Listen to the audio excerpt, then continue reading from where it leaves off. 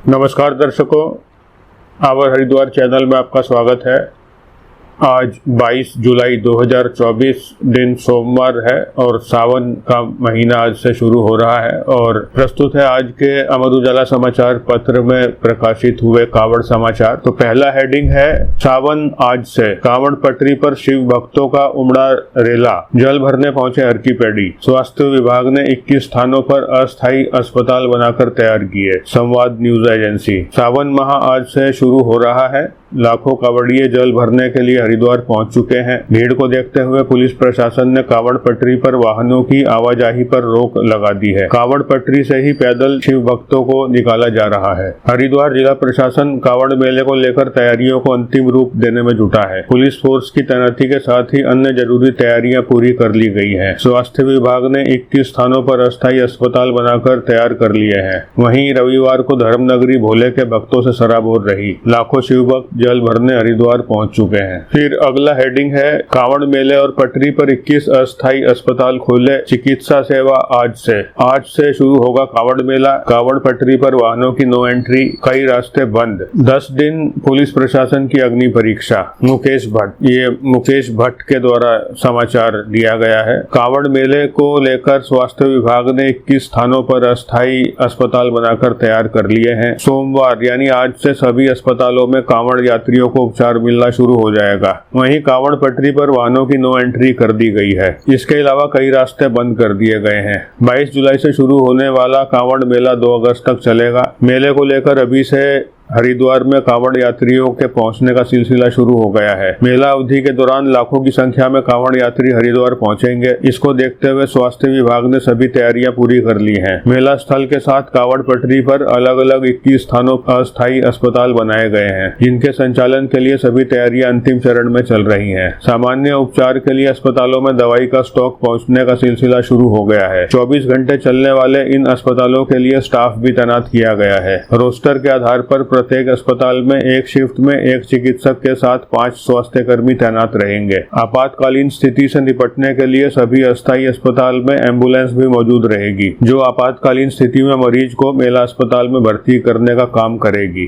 फिर अगला हेडिंग है, कावड़ में 21 सरकारी एम्बुलेंस सेवा देंगी। कावड़ मेले को लेकर जिले में 108 नंबर वाली 29 एम्बुलेंस सेवा देंगी। इसके अलावा स्वास्थ्य विभाग ने 21 सरकारी एम्बुलेंस भी फील्ड में उतारी है, जो आपातकालीन स्थिति में मरीजों को निकटवर्ती सरकारी अस्पताल में पहुंचाने का काम करेंगी। तो इस प्रकार कुल 50 एम्बुलेंस काम करेंगी। अस्पताल में बेहतर स्वास्थ्य सेवाओं के संचालन के लिए चिकित्सकों की टीम को तैनात किया गया है। कावड़ यात्रा के दौरान चिकित्सक और अन्य स्वास्थ्य कर्मियों के छुट्टी लिए जाने पर रोक लगा दी गई है। कावड़ मेला के नोडल अधिकारी डॉक्टर राजेश गुप्ता ने बताया कि कावड़ मेले को देखते हुए सरकारी स्तर पर बनाए गए 21 अस्थायी अस्पताल में कुछ पर दवाई समेत अन्य आवश्यक स्वास्थ्य उपकरण पहुंचा दिए गए हैं, जहां पर कावड़ यात्रियों के लिए सामान्य उपचार की सुविधा शुरू कर दी है। आज से सभी अस्थायी अस्पतालों का संचालन शुरू करवा दिया जाएगा। मेला अवधि के दौरान अस्पतालों के 24 घंटे संचालन के लिए स्टाफ की तैनाती रोस्टर के आधार पर की जाएगी। प्रत्येक अस्पताल में चिकित्सक के साथ 5 स्वास्थ्य कर्मी तैनात रहेंगे। आपातकालीन स्थिति से निपटने के लिए एम्बुलेंस भी मौके पर मौजूद रहेगी। फिर अगला हेडिंग है,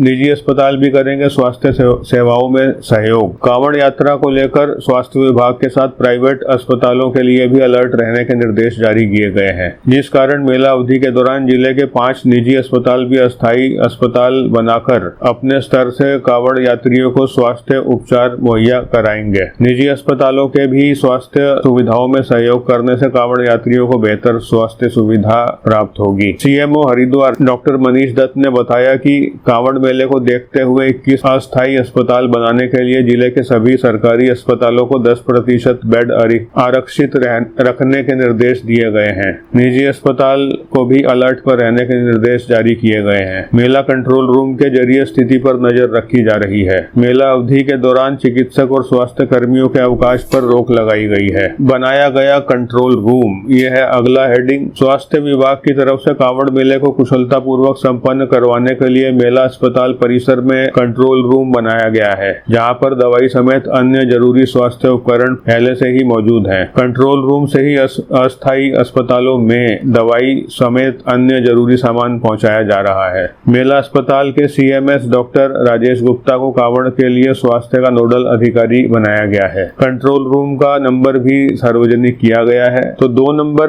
प्रकाशित हुए हैं। एक है नोडल अधिकारी का नंबर, इस प्रकार है 94109 35778 और कंट्रोल रूम का नंबर है 94109 35275। तो ये 2 नंबर हैं जो कि नोट किए जा सकते हैं। फिर अगला हेडिंग है GRP ने 5 जोन 6 सेक्टर में बांटा एरिया। संवाद न्यूज एजेंसी हरिद्वार। कांवड़ मेले को सकुशल संपन्न कराने के लिए GRP ने भी 2 सुपर जोन, 3 जोन और 6 सेक्टर में क्षेत्र को विभाजित किया है। सभी स्थानों पर फोर्स को नियुक्त कर दिया गया है। इससे पहले रविवार की दोपहर पुलिस अधीक्षक GRP सरिता डोभाल ने हरिद्वार रेलवे स्टेशन फोर्स को ब्रीफ किया। SP सरिता डोभाल ने कहा कि कांवड़ यात्रियों के साथ विनम्र व्यवहार रखते हुए उनके सुगम व सुरक्षित रेल आवागमन के लिए समर्पित भाव से ड्यूटी करें। पूरी तरह सजग व सतर्क रहें। मेले के दौरान सोशल मीडिया व अन्य माध्यमों से अफवाह फैलाने वालों पर कड़ी कार्यवाही की जाए।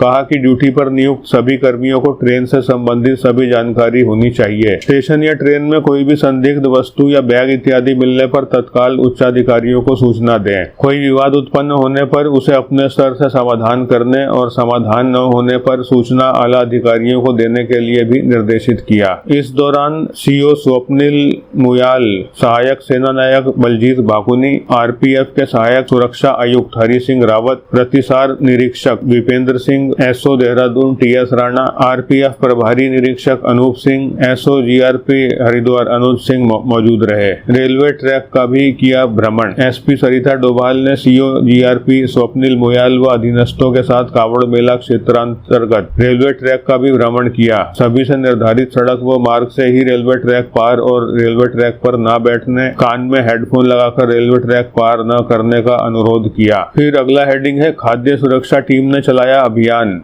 21 सैंपल लिए। खाद्य सुरक्षा विभाग की टीम की ओर से भादराबाद से नारसन बॉर्डर तक कांवड़ पटरी पर चेकिंग व सैंपलिंग अभियान चलाया गया। टीम ने ढाबों, दुकानों, भंडारों का निरीक्षण, 15 खाद्य पदार्थों के सैंपल लिए। 2 किलो पनीर और सड़ी गली सब्जियों को नष्ट कराया गया। जिला खाद्य सुरक्षा अधिकारी MN जोशी ने बताया कि टीम ने कांवड़ मेले में खाद्य पदार्थों की गुणवत्ता को लेकर कांवड़ पटरी का निरीक्षण किया। इस दौरान नमकीन, पनीर आदि खाद्य पदार्थों के 15 सैंपल लिए। फिर अगला हेडिंग है सावन का पहला सोमवार आज, शिवालय सजाए। श्रावण मास के अवसर पर सोमवार से यानी आज से शिव भक्त शिवालयों में पहुंचकर भगवान भोलेनाथ का अभिषेक करेंगे। धर्मनगरी के दक्ष मंदिर, कनखल, तिल भांडेश्वर मंदिर, बिल्केश्वर मंदिर, नीलेश्वर मंदिर समेत शिवालय रविवार देर शाम तक सजा दिए गए हैं। वहीं दक्षिण काली मंदिर में भगवान कैलाशेश्वर मंदिर में विशेष अनुष्ठान की तैयारियां पूरी कर ली गई हैं। पूरे 1 मास तक इस मंदिर में अभिषेक चलता रहेगा। अनुष्ठान के दौरान सोमवार की देर शाम करीब 8 बजे से पीठाधीश्वर